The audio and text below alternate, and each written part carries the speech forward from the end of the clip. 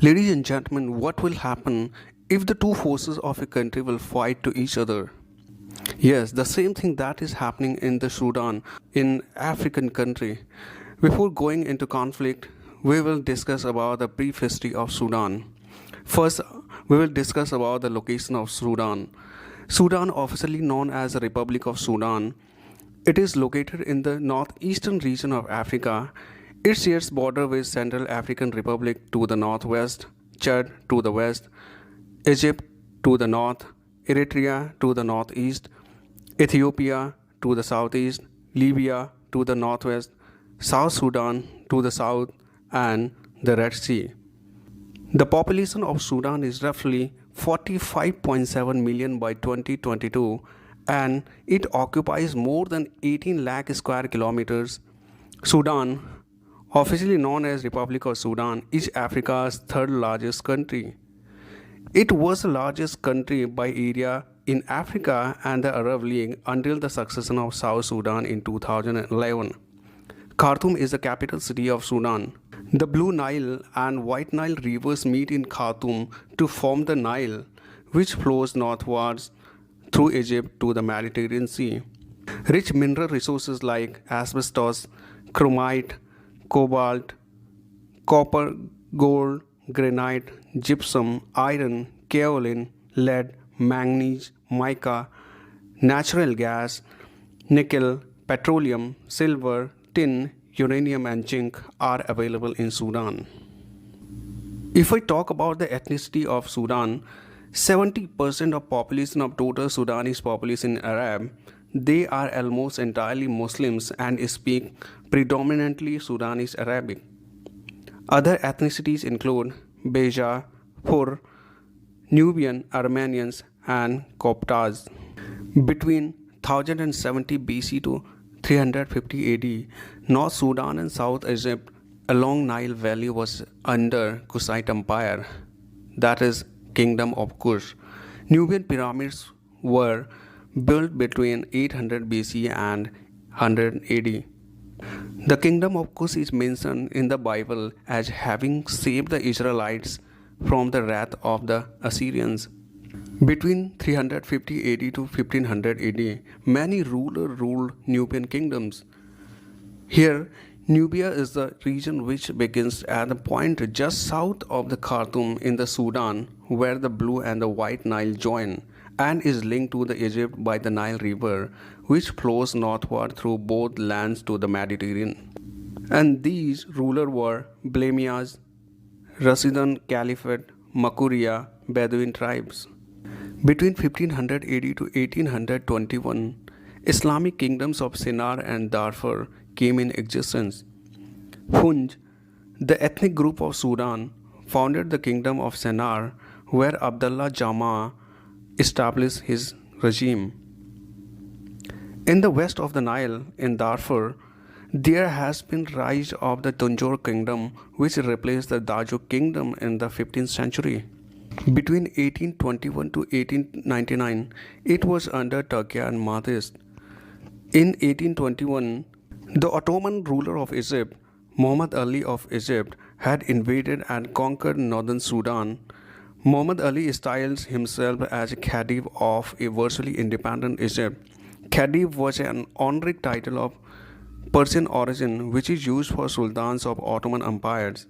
In 1870s, with the rise of Mahdist forces, and soon around 1885, Muhammad Ahmad, the Mahdi, led a successful military campaign against the Turco-Egyptian government of Sudan, which is known as the Turkiya. After the death of Muhammad Ahmad, Abdullah ibn Muhammad became the successor of his deputies and emerged as the unchallenged leader of Mahdiya, and also assumed the title of Khalifa of the Mahdi.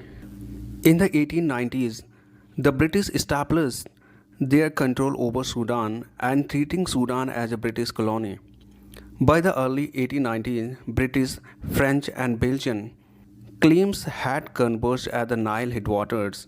Britain feared that the other powers would take advantage of Sudan's instability to acquire territory previously annexed to Egypt. Britain wanted to establish control over the Nile to safeguard a planned irrigation dam at Aswan. For this British-led military campaign against the Mahdi's Sudan from 1896 to 1898, and a year later, in the 1899, Abdullah ibn Muhammad died in the Battle of Diwai Karat, and it brought the end of Mahdi's war. In 1899, Britain and Egypt reached an agreement under which Sudan was run by a governor-general appointed by Egypt with British consent. In reality, Sudan was effectively administered as a crown colony. In 1914, with a formal end to Ottoman rule, Sir Reginald Wingate was sent in December to occupy Sudan as the new military governor. Hussein Kamel was declared Sultan of Egypt and Sudan. From 1924 until independence in 1956, the British had a policy of running Sudan as two essentially separate territories, the north and the south. The assassination of a governor-general of Anglo-Egyptian Sudan in Cairo was the causative factor, and it brought demands of a newly elected Wafd government from colonial forces. A permanent establishment of two battalions in Khartoum was renamed the Sudan Defense Forces, acting as under the government.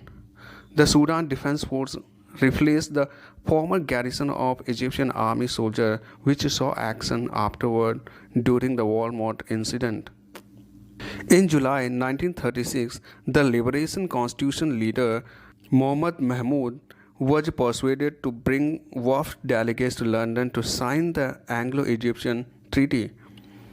The British Army was allowed return to Sudan to protect the Canal Zone. They were able to find training facilities, and the RAF was free to fly over Egyptian territory. During 1940, Italian troops occupied Kassala and other border areas from Italian Somaliland. In 1942, the SDF also played a part in the invasion of the Italian colony by British and Commonwealth forces. The Egyptian Revolution of 1952 finally heralded the beginning of the march towards Sudanese independence. The monarchy was abolished in 1953, and Muhammad Naqib, the new leader of Egypt, whose mother was Sudanese and later Gamal Abdel Nasser, believed that the only way to end British domination in Sudan was for Egypt to officially abandon its claim of sovereignty. At this point, both Egypt and British sensed a great instability fomenting, and thus opted to allow both Sudanese regions, north and south, to have a free vote on whether they wished independence or a British withdrawal. A polling process was carried out, and which resulted in the composition of a democratic parliament, and Ismail al-Ajari was elected the first prime minister and led the first modern Sudanese government. Now we will talk about the Basir area between 1989 to 2019. On June 30, 1989, Colonel Omar al-Basir led a bloodless military coup. The new military government suspended political parties and introduced an Islamic legal code on the national level. Later on, al-Basir carried out purges and execution in the upper ranks of the army, the banning of association, political parties, and independent newspaper, and the imprisonment of leading political figures and journalists. On 16 October 1993, al-Basir appointed himself president and disbanded the Revolutionary Command Council, the executive and legislative power of the council taken by al-Basir. And since then to till 2019, he was ruling the Sudan. Now we will talk about the reason behind conflict. Since the 2021 coup, Sudan has been run by a council of governors led by the two military men at the center of this dispute. First, General Abdel Fattah al-Burhan, who is the head of the armed forces and in effect the country's president. And second, General Mohammad Hamdan Dagalo, who is known as Hamati, and the deputy of General Burhan and the leader of RSF, that is Rapid Support Forces. Here the Sudanese armed forces are broadly loyal to General Abdel Fattah al-Burhan, who is the country's de facto ruler, while the paramilitaries of the Rapid Support Forces, which is a collection of militia, follow the former warlord General Muhammad Hamdan Dagalo. The power struggle has its root in the year before a 2019 uprising that ousted the dictatorial ruler Omar al-Bashir, who built up formidable security forces that he deliberately set against one another. When an effort to transition to a democratic-led government faltered after Bashir's fall. Now we will talk about how did the military rivalries develop. Here the RSF, popularly known as Rapid Support Forces, was founded by Bashir to crush a rebellion in Darfur that began more than 20 years ago due to political and economical marginalization of the local people by Sudan's central government. The RSF, that is Rapid Support Forces, was also known by the name of Janjaweed, which became associated with widespread atrocities. In 2013, Bashir transformed the Janjaweed into a semi-organized paramilitary forces and gave their leaders military ranks before deploying them to crush a rebellion in South Darfur and then dispatching many to fight in the war in Yemen and later Libya. The RSF, led by Hamdan Dagalo and the regular military forces under Burhan, cooperated to oust Bashir in 2019. The RSF then dispersed a peaceful sit-in that was held in front of the military headquarters in Khartoum, killing hundreds of people and raping dozens more. A power-sharing deal with the civilian who led the protests against Bashir, which was supposed to bring about a transition toward a democratic government, was interrupted by a coup in October 2021. The coup put the army back in charge, but it faced weekly protests, renewed isolation and deepening economic woes. Hamdan Dagalo, who is the chief of RSF, swung behind the plan for a new transition, bringing tension with Burhan to the surface. Hamdan Dagalo has huge wealth derived from the export of gold from illegal mines and command tens of thousands of battle-hardened veterans.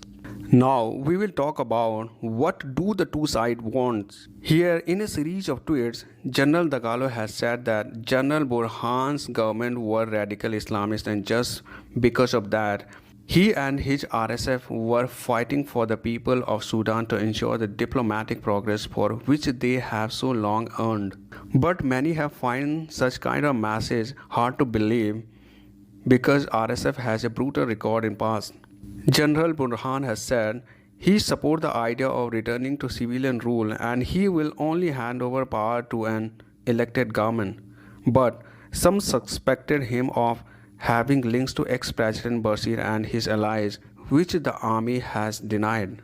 Now we will talk about what are the fault lines. First, since 2019 uprising, civilians demanded for oversight of the military and integration of the RSF into regular armed forces. Number second, civilians have also called for the handover of lucrative military holdings in agriculture, trade, and other industries, a crucial source of power for an army that has often outsourced military action to regional militias. And third, another point of contention is pursuit of justice over allegation of war crimes by the military and its allies in the Darfur from 2003. The International Criminal Court is seeking trials for Bashir and other Sudanese suspects. And number 4, justice is also being sought over the killings of pro-democracy protesters in June 2019, in which military forces are implicated. Activists and civilian groups have been angered by delay to an official investigation. They wanted justice for at least 125 people killed by security forces in protest since the 2021 coup. And now we will talk about what's at stake in the region. As we know, Sudan is in the volatile region bordering the Red Sea, the Sahel region, and the Horn of Africa. Its strategic location and agricultural wealth have attracted regional power to place, which complicating the chances of successful transition to civilian-led government. Sudanese refugees have fled into the neighboring countries. Just because of that, Sudanese relation with its neighboring countries like Ethiopia, Chad, South Sudan have gone strained.